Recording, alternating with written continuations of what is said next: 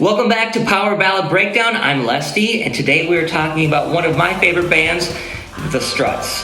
Speculation on the Struts in the last part of 2022, and we're starting to get excited because we're just a few days away from their return to the stage after quite a while off. Now, the biggest news over the past few months is the band's change in label and management. Previously, the band was with Free Solo Entertainment, which, like many labels these days, does everything for the artist, from management to publishing to recording.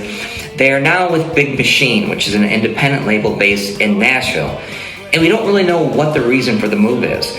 The Struts are very tight-lipped when it comes to almost everything, so we don't know if the contract was up or if there was some kind of rift or creative change in kind of future plans for the band, or maybe they just felt they needed a change of scenery, and hey, that may be good for everybody. Whatever the reason is, we hope that it's a good move for the band and for the label. Now, we know Big Machine does work with a lot of country artists, but that really shouldn't make you nervous. The Struts have spent a lot of time in Nashville over the last 3 years, including several writing and recording sessions, and clearly have the musical style and talent to succeed under any label. Now, when the surprise release of Strange Days happened in 2020, several interviews hinted that 2020 was going to be a busy year with touring and some new music. Even maybe a new record was on the way. Now, whether they meant that they had fully produced tracks that they were going to release or they were just mixing some demos isn't clear. Whatever the case, there was music ready. And with now a new label, several writing and recording sessions taking place in LA and Nashville over the last 2 years, we don't know what's going to happen with these songs. Is that project completely abandoned? Is this new record featuring all new material written in the last 18 months? Hopefully, the band will start promoting new music and we'll find out those answers. Now, during the live show right before the pandemic, they often featured 2 new tracks in their set list. Low Key in Love, which was later released as a standalone duet with Paris Jackson, and a song called Nobody Does It Like You.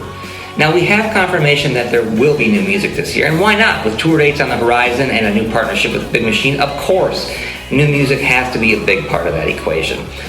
One song rumored to be on the next album is titled I Can't Believe You Let Me Leave.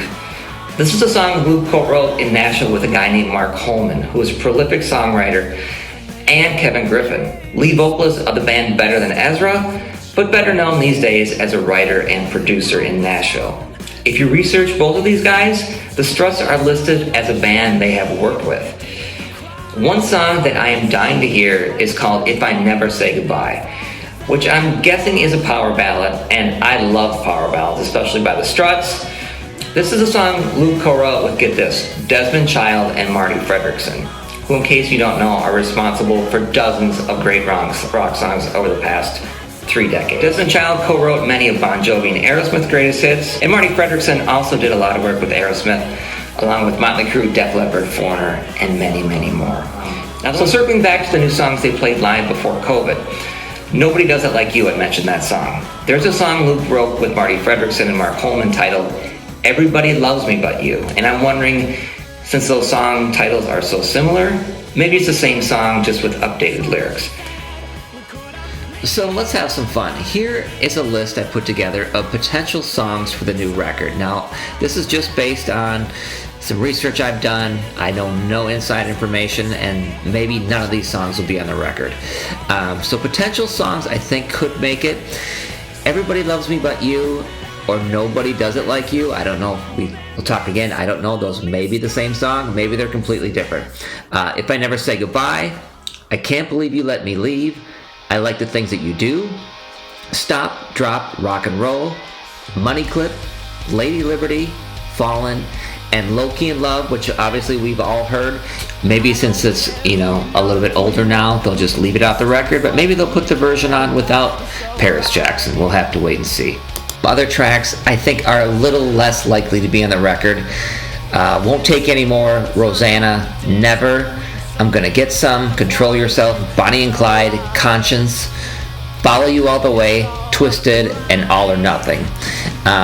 Just a hunch, a lot of these songs were written and or demoed a few years ago, and I just think a lot of the new material is probably going to be more fresh, written within the past year, 18 months. And we're just days away from a brief East Coast run in the U.S., followed by some European dates as we move into the summer, and then some festival shows in the US this fall.